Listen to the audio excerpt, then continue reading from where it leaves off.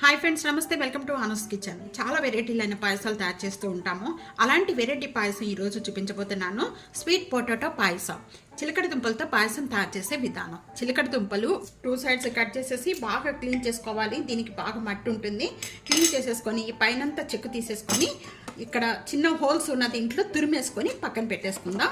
1/4 cup 20 minutes before నేను ఇక్కడ సగ్గుబియ్యం నానబెట్టేసుకొని పెట్టేసుకోవాలి. స్వీట్ పొటాటో పాయసం తయారు చేసుకోవడానికి నేను ఇక్కడ 1 టేబుల్ స్పూన్ ప్యాన్లో గీ వేస్తున్నాను. గీ బాగా మెల్ట్ అయిపోయిన వెంటనే కూడా ఇక్కడ కొద్దిగా జీడిపప్పు, కొద్దిగా కిస్మిస్ అనేది ఫ్రై చేసేసుకొని పెట్టేసుకుందాం. ఈ విధంగా ఫ్రై అయిపోయిన వెంటనే కూడా ఈ ప్యాన్ తీసేసి సైడ్ పెట్టేసుకోండి. ఇక్కడ నేను వేరొక ప్యాన్ తీసుకున్నాను. 2 గ్లాసెస్ పాలు యాడ్ చేస్తున్నాను. 2 గ్లాసెస్ పాలు, అదే గ్లాస్తో 1 గ్లాసు వాటర్ అండి. మొత్తం కలిపి 3 గ్లాసులు. ఇక్కడ పాలన్నీ కూడా కొద్దిగా కాగిన వెంటనే ముందుగా మనం నానబెట్టుకున్న సగ్గుబియ్యం అన్నీ యాడ్ చేసేస్తున్నానండి. సగ్గుబియ్యం మనం కుక్కర్లో ఉడికించుకొని కూడా 2 విజిల్స్ రాగానే ఉడికించుకొని కూడా యాడ్ చేసుకోవచ్చు. ఈ పాలల్లోనే మొత్తం కూడా వేసేస్తున్నాను.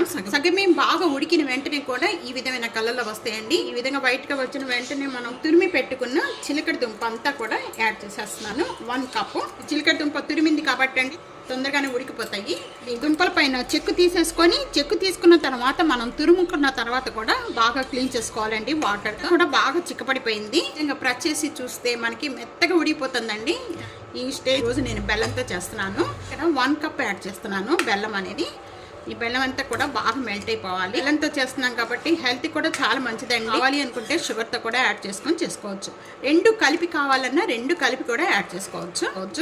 ఈ బెల్లం అంతా కూడా బాగా మెల్ట్ అయిపోయిన వెంటనే ఇంకా స్టవ్ ఆన్ చేసేసుకోవచ్చు అండి. స్టవ్ ఆన్ చేసుకున్న వెంటనే కూడా కొద్దిగా యాలక్కాయ పౌడర్ వేస్తున్నాను. ఇది నేను షుగరు, ఇలాచి 2 కలిపి మిక్సీ చేసి ఈ విధంగా పెట్టుకుంటానండి.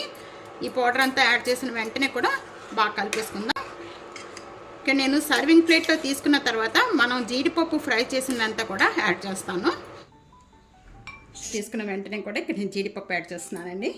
మీకు తినాలనిపించేస్తుందా? వెంటనే ఈ విధంగా తయారు చేయండి. చాలా టేస్ట్గా ఉంటుంది. హెల్త్ కూడా మంచిదండి. మనం బెల్లంతో చేసాం కాబట్టి. స్వీట్ పొటాటో అనేది కూరలు తయారు చేస్తూ ఉంటాము, లేకపోతే ఉడకపెట్టుకొని తింటూ ఉంటాము. ఈ విధంగా పాయసం తయారు చేయండి. చాలా టేస్ట్గా ఉంటుంది. పిల్లలకు కూడా చాలా మంచిదండి ఇలా చేసి పెట్టడం వల్ల.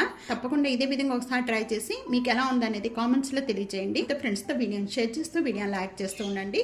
అలాగే సబ్స్క్రైబ్ చేసుకోవడం మర్చిపోవద్దు. ప్రకటన బెల్ ఐకాన్ని ప్రెస్ చేయండి. Thank you for watching.